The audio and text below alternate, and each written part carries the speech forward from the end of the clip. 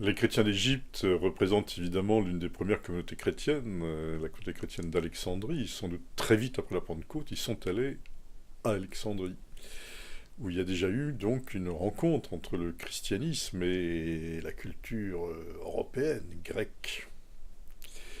Mais évidemment, les chrétiens d'Égypte représentent un pays qui a toute sa place dans la Bible.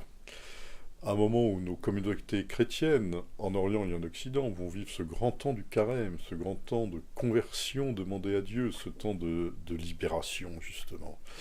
L'Égypte, c'est quand même le lieu d'où est parti le peuple d'Israël pour sa libération. Et qui est resté 40 ans dans le désert pour essayer de se renforcer dans sa foi en Dieu tel qu'il est, en un Dieu libre, justement, qui l'a fait sortir d'Égypte. 40 ans de purification. Alors aujourd'hui, nos frères d'Égypte nous donnent un extraordinaire témoignage de confiance. Ils ont traversé des épreuves, ils en traversent encore. Les chrétiens orthodoxes sont 10 millions, mais les coptes catholiques sont moins nombreux, peut-être 300 000. C'est donc une communauté petite, mais forte.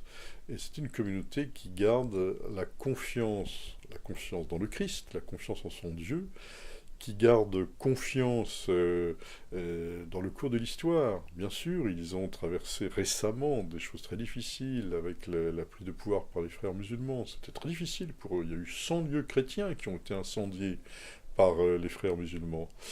Mais je ne les ai pas sentis découragés. J'étais allé durant l'an dernier, durant la Semaine Sainte, prier avec eux après les attentats horribles qu'il y avait eu contre des chrétiens. J'ai rencontré des communautés joyeuses, pleines d'espérance, jeunes.